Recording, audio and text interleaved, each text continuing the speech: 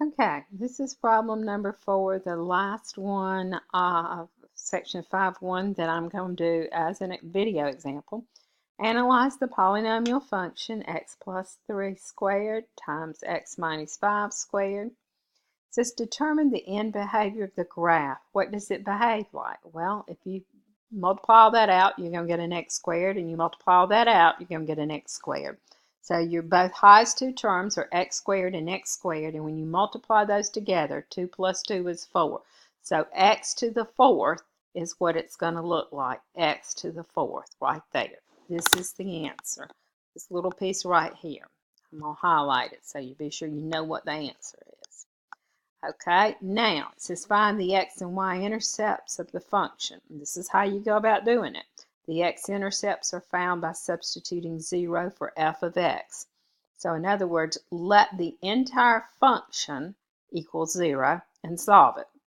And then the y-intercept is found by substituting 0 for the x value. So we find the x-intercepts first. Take this, you set it equal to 0 and solve it, you get x equals -3. When you do this one, you get x equals 5. So our x-intercepts are -3 and 5. Like those would be the things that you would put in MyMathLab or whatever. The y-intercept, let x equal 0. So you take this function right here, you replace x with 0. Everywhere you have an x, you put in a 0. 0 plus 3 is 3. 0 minus 5 is -5. When you square 3, you get 9. When you square -5, you get 25, and you multiply them together. And 9 times 25. Think about if you have 9 quarters. What do you have? 225. So your y-intercept is 225.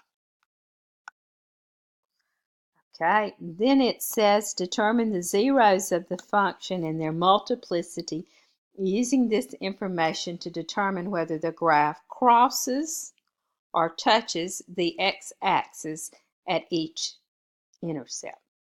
Okay, you had a 0 of -3. Its multiplicity was 2. So since that 2's even, it's going to touch at -3. You had another 0 at 5, or x-intercept. That 0 is 5 with a multiplicity of 2, and it touches. Notice the x-intercepts are the exact same as the real zeros of the function. That's just two names. Now, some things have imaginary zeros, but the real zeros are your x-intercepts, and that's kind of what this is pointing out.